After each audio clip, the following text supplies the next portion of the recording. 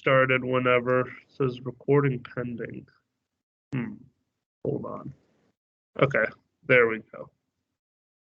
All right, so I believe we are recording. Whenever you're ready, you can take it away. And when we put this on the YouTube channel, we'll kind of cut it down to like right when you start talking and just give like a little intro and stuff. So appreciate it. Thank you so much for doing this. Yeah, no problem. So I can't see myself, so if there's anything going on, feel free to shout it out. My name's Brian. I am here to talk about learning online. Last year was quite the whirlwind, to say the least, and we have had some unexpected methods of delivery for our courses, and there are some challenges that might come with that. So today we're going to look at some tips and tricks for navigating your online courses, some things that might make it a little easier. And keep in mind, even if we do go back in person, a lot of these resources are going to be something that you can use not only online, but even when we're back in person. So at any point while we're going through, if you want to take a screenshot, take a picture of any of the links that we'll be posting, feel free to do that. Or if you want to connect with me after the event, I would be happy to do that as well. So we're going to be talking first a little bit about time management as a tool for success. That's even more pertinent with the online learning.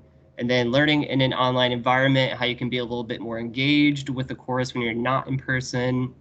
Tips for navigating Brightspace. There are some pretty good available resources that you can get on your phone and or use on your laptop, personal computer, that are going to make it a little bit easier to remember those due dates and whatnot.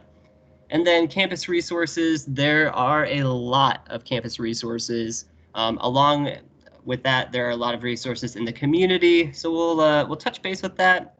And then again, if you have any questions after, feel free to let me know. So like I already mentioned, last year was a whole mixed bag of uncertainty. Weren't quite sure where we were going at any point with what was coming in the next week, even the next day or month. So as we're going through this, just think about the challenges that you might have had in the previous semesters, but maybe something that you're facing now. So with this, we're going to be thinking about first talking about the chat, I guess, not thinking about it. If you want to put anything in the chat, go ahead, throw it in there. We can address any questions as we're going through. I believe I set my notifications that it should pop up while I'm presenting. If not, I apologize. We'll address it after, and I can always read through anything that you put in here. You can use this raise hand feature right here, and that should also notify me for any questions as we're going through. Again, don't hesitate to interrupt me. I'm happy to answer anything. If you already have any questions, that's fine. All right. So time management with the online courses. This can be a little bit tricky, as there are different types of delivery methods for your courses online. And you really want to make sure that you're staying on top of your coursework, due dates, and also, using your time wisely for working on projects, papers, whatever that may be. So one thing that you will want to take a look at as you're going week to week throughout the semester is using some sort of planner, whether it be paper or an electronic. You can use your phone, computer, Post-it notes, calendar. But the one piece of advice I have is to make sure it works for you.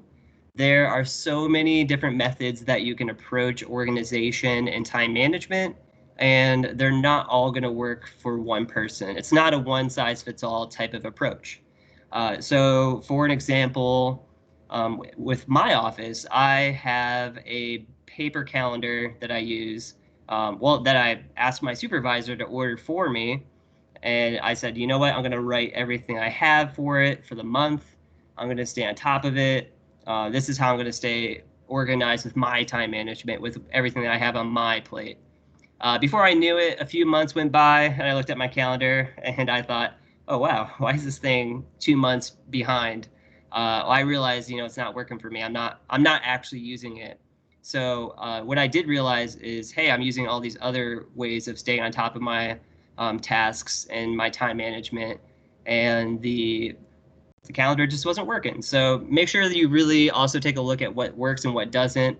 It's okay if it doesn't, but just make sure that you're keeping on top of trying something different if it's not. Looking ahead at the week to come, you want to take a look at your syllabi, see if you have any pending due dates or dates that have an exam, so you can use your time accordingly to prepare or get ready for turning in assignments. And in the same sense, when you finish a week, you want to look back and see if you hit all your goals. And that's a good time to recognize if you need to alter your time that you're going to be spending on assignments and or studying for a course. If you realize, hey, you know what, I'm ahead of my mathematics course, but I'm falling behind in psychology. Take your calendar for the next week. It doesn't have to be the same week to week, but start altering that so you can account for that, where you're behind or where you might be ahead. So that's a good time, the Friday wrap up, and then also the heads up for the next week, seeing where you're at and seeing where you might need to improve. And then just like any good habits take time. They do take work and effort. It's not going to come overnight. They're things that need consistency, and they're actions that you really need to invest in. So you should really focus on having a schedule of some sort throughout the week, even if it's only 15 minutes that you're going to work on something. Get the ball rolling with it. As someone who has procrastinated a lot in my life, I know what it's like to get down to the night before a paper's due and like you feel like you can do it. It's stressful. It's not fun. Even if you get it in, that time you're going to be spending on the paper regardless. Set a schedule. Half the battle is knowing what an assignment or what studying is going to be like, and just having that insight of, okay, now I have the ball rolling. I've gotten involved with it. What is going to be my plan of action from here? It's going to be so much easier to plan once you know some idea of what it's going to be like. So have that schedule. If you want to have a study room, we'll talk a little bit about that later, and some areas on campus that you can utilize if you get a little stir crazy at home throughout this whole thing. If you have anyone within the course you can study with online, or maybe a roommate, something like that, accountability really does help. It just keeps everyone kind of on track. If you have a buddy there along the way too, it can make it a little bit more fun. So looking more at the ways we get into our courses online, Brightspace obviously is the main thing. If you haven't already, I would recommend getting Brightspace Pulse on your smartphone. It's a good way to see your schedule, get notifications. You can kind of, set what notifications you get, but also you can access content offline, which, like I mentioned before, just putting a little bit of time into it can make all the difference. So if you're waiting for the bus, if you have 15 minutes before you have to leave and you don't know what to do, take a minute to start doing some class reading. Even if it's just reading what an assignment is, it can get the ball rolling with starting through that thought process of what you need to do and what resources would be required, and just pretty much all of that encompassing with approaching any task. So if you haven't gotten this already, please take a look at it, download it. Like I said, if it works for you, great. If not, delete it, I guess. But it's a great tool. Can't recommend it more. And as I mentioned, those notifications, if you take a look in your Brightspace up here on this little bell, notifications is the second option, and you can manage it there. So learning online, we do have a website just kind of keeping tabs on what's going on with COVID and all that good stuff. And if I can figure out my internet process here, let's say, okay. So that is what this website looks like. So feel free to browse around. You can see different resources and strategies for this unique circumstance of learning during a COVID age. So again, like I said, take a screenshot or take a picture if you want to get more information on this. And I can totally navigate the internet. Here we go. Okay. All right, so there are a few different modes of delivery for the fall and spring semester. The asynchronous is going to be probably the biggest difference that you'll see. This course does not have set meeting times, so you will have due dates, and you'll still have content that's being presented by the professor, whether that's recording, PowerPoint, whatever method that is, and then you'll still have tests, quizzes, and the biggest thing with this is staying on top of your due dates and staying motivated with the course, since there are not the set times. So look at ways that you can stay on top of your material, make sure that you're going to hit those due dates. It can be a little bit tricky as you get going with it, but just use those time management tools like your calendars, your planners, and if you ever have any issues in the course, communication is going to be key.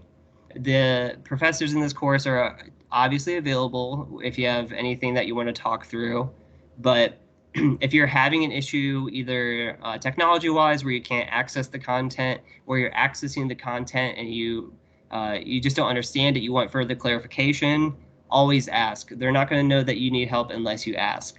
Kind of in the same sense, if you are having an opportunity to have class discussions, even if they're posts, get involved. Give yourself little mini goals where you're going to be either responding to your classmates within the discussion, or posting, an extra discussion on top of what you may have already posted. The more you get involved with courses like this, the better the experience, the more you're going to feel connected to the material. And then also, in the same sense, if you ever do have any questions, concerns, whatever's going on in that course, you're going to be able to get in contact with the professor, and they're going to be more than willing to help. So on the other side of that coin, we have synchronous courses. These do have set times, and in the same instance, you do want to participate. Make sure that you're being involved in the course as much as you can. We know that the cost of a higher ed is definitely up there. We want to make sure that you're getting everything that you want out of the experience too. So being present in that sense is it's gonna make or break your experience, in my opinion. So just make sure that you at least, even if you say one thing per class, get out there and just participate any way that you can. We do have tests and quizzes, which are proctored, and we'll get a little bit more into that here shortly. And then for either course, even if it's in person, anytime you have a question or something's not going the way that you thought it would, communicate that with your professor. They're here to help. We're all working for you. We want to make sure that if there is something that we can assist with, that we connect you to a resource, or we can, talk through any barrier or question that you have. All right, so while you are in Brightspace, you're going to be looking for those links to get connected for those video conferencing calls. If you don't already have them, probably get Microsoft Teams and get Cisco WebEx for your computer. Even if your course doesn't use it, your advisor might.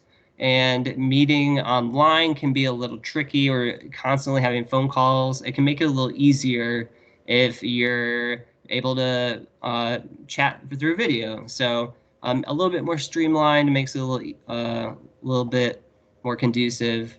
Also, have some good earphones, earbuds, headphones, something that will cut out the noise behind you. I was giving a presentation last week, and I didn't have my headphones, and I have a dog and 2 cats, and they were going wild, to say the least, and it was a bad call on my part.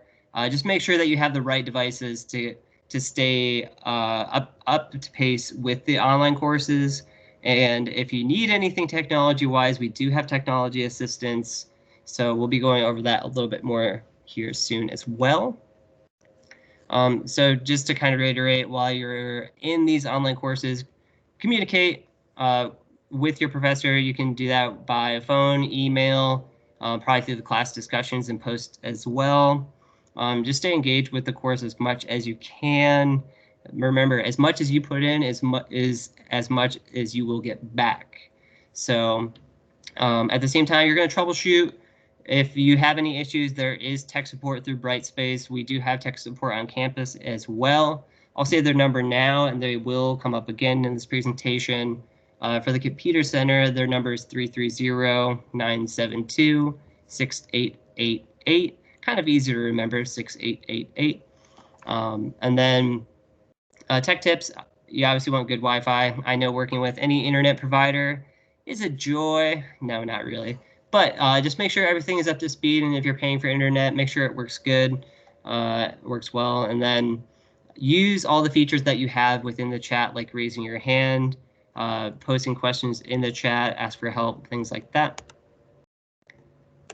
All right, so when you're on Brightspace, there is a course in your Brightspace that is designed to help you get acclimated to online learning.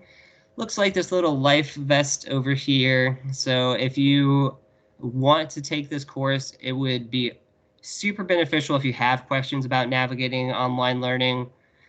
So go ahead, finish that. It's just a short little course, so you'll practice using the tools in it and any device that they have through that to be successful in these courses.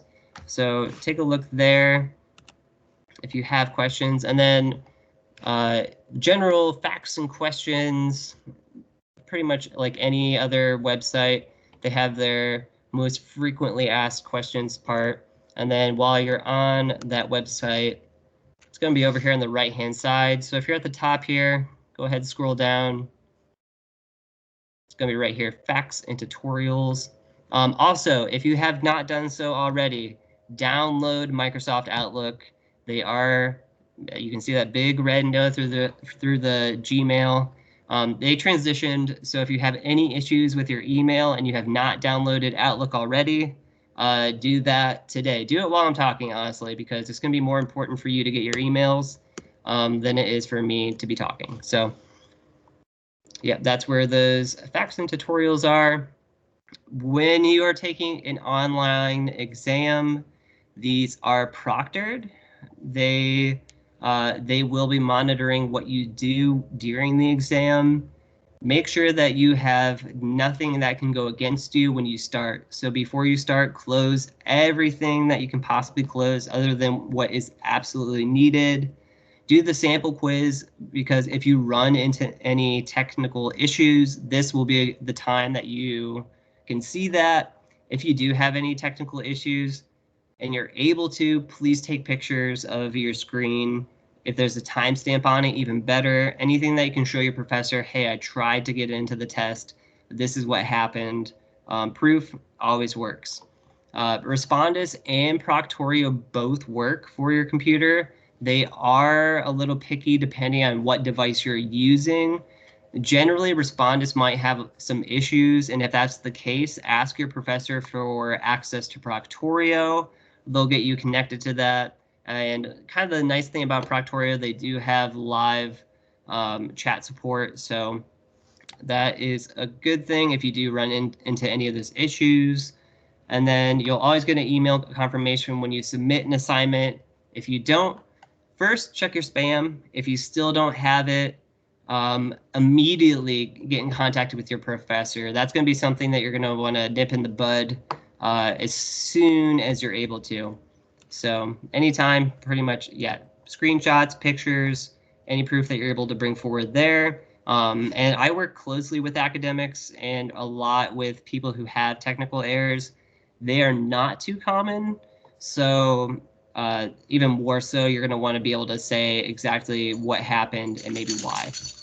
If you need any help, here's that number I mentioned earlier for our help desk, the computer center, that 330-972-6888. There is Brightspace support available 24/7, 365. They have a live chat. I've actually used it before. Even as employees, we have to use that kind of thing on a regular basis. And they have amazing support. It's really quick through that chat. So anytime, just address it right away. You don't want to sit on anything like that and let it get any worse, or even miss class or anything worse. So campus resources, there is a lot of good stuff going on there. We, over in ZipAssist, that's where I work, we are really focused on making sure that you have all the resources and know how whether that be academic, personal, social, tuition, fees. You can see the rest of the list there. So if at any point you have a question, concern, you want to talk through something that might not be going the way that you thought it would, reach out to us. We'd be happy to either talk through what's going on or see what resources are available through UA or the surrounding community. There are so many resources available, a lot going on there. And then the cool thing about the referral page, which I'll go ahead and pull up here. So when you refer, you can refer for yourself or for someone else. So maybe you are now in the second week of courses, you're hearing me talk and say, you know what, I don't have a reliable computer, my computer just broke. You can submit a referral, and then I would contact you to see if we can get a Chromebook loaned out to you for the semester, hotspot or webcam, etc. And then you can see the other categories that we would reach out for. But kind of on the other side of that, if you know somebody who needs help or who might need help, you can submit referral for someone else. So when you submit referral for someone else, we do our best to keep it anonymous. You can say why you're referring them, and maybe you have a friend that hasn't been in class lately, or you notice that they might be developing some bad habits that could drastically affect their well-being. These are things that you will use the referral for, and we'll always reach out within 24 hours, see how they're going. It's nothing mandatory, so it's not like people have to meet with us, but we're more than happy to do so if people want to learn more about our resources, or at least talk through what's going on. Library 101. The library has so many amazing things going on. Check out their website. They will kind of go through a little bit of a tutorial, show you the ins and out of what you can do through our library services. So go ahead, if you haven't already, click on that link, take a picture of it, enroll in the course, and just go through it. Even if you don't use everything, there's probably something in there that you will find beneficial for your courses at some point. So I would say go through it either way. It's going to be super beneficial.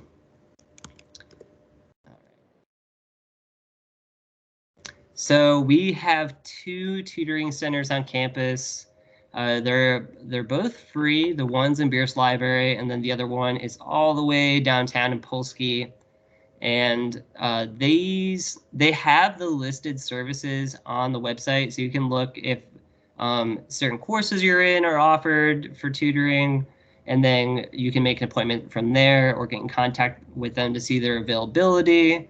And then something with the tutoring that I would advise is if you look at both websites and the course that you want tutoring for is not listed, that does not mean that it's unavailable. It could still be available. Reach out to use that referral for ZipAssist. I've had lots of referrals come through where there is a really specific course that someone wants tutoring for, and then after doing some more digging and contacting the department, tutoring opportunities can come up. The reason these are not displayed on the website is because depending on who is available from semester to semester, there's just too much flux in schedules that posting it doesn't quite make sense. So just because you don't see it doesn't mean that it's not there. Go ahead and reach out. We'd be happy to take a deeper look at it, see what's available for you there.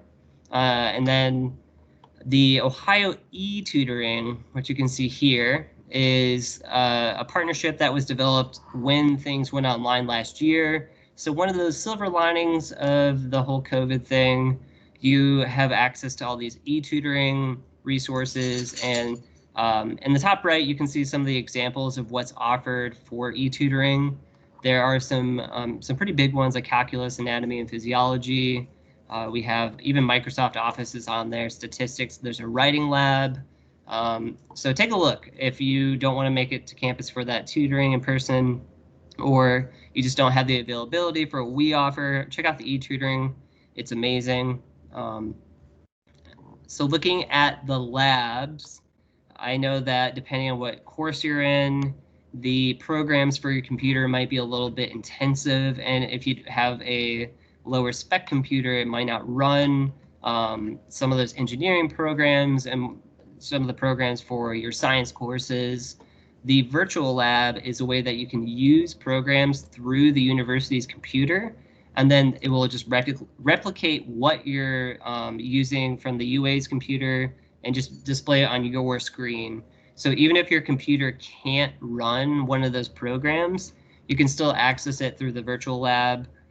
So if you're having any issue like that now, try the virtual lab. It can make the world of difference. You can have a lemon of a computer, and you still could probably run any of these programs through the virtual labs. So take a look, Google University of Akron Virtual Labs. I can send you a link after this if you would want as well. There are a couple spaces to go. If you're like me, as you can see, I am at home right now. I get a little stir crazy. It's hard being at home all the time, and if you want to mix it up, go to the university libraries or the student union. You can schedule an appointment for the university. They or for the university library. Sorry, they have rooms that you can schedule with the link here, which I'll just go ahead and click and open it up. And that looks like this. So if you want, you can choose which floor and schedule a schedule an appointment for your own study room there. As you can see, they also have a chat feature. That's pretty cool. And then the student union, it's on the 3rd floor. So it's open for you to use for studying or working on projects. So they also have their own link as well. All right, and then with online learning, it might feel a little harder to stay connected, but rest assured there are so many ways that you can still stay connected, whether it be a student group, student government, which thanks for hosting this, USG.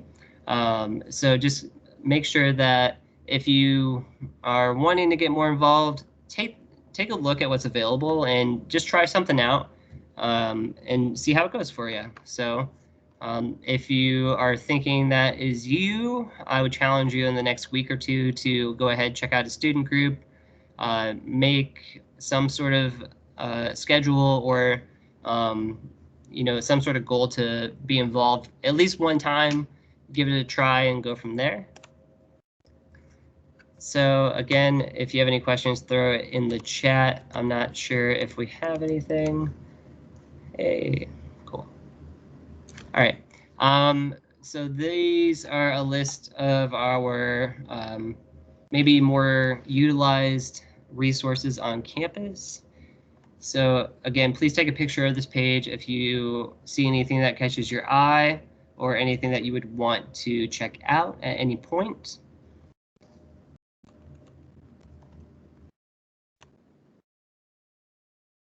All right, so that is it for my presentation. Thank you so much, everybody, for being here. I know we have a couple more presentations in the next coming weeks. Again, if you have any questions, anything that I can help out with, please don't hesitate to give me a call or send me an email, whatever works, or if you want to put it in this chat while we're wrapping up here. And then, yeah, thanks again. I hope that you had some good takeaways from it, and then best of luck in the spring semester.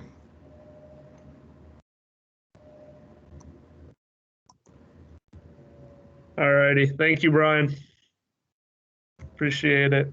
So like I said, we'll get that recording up on the USG YouTube channel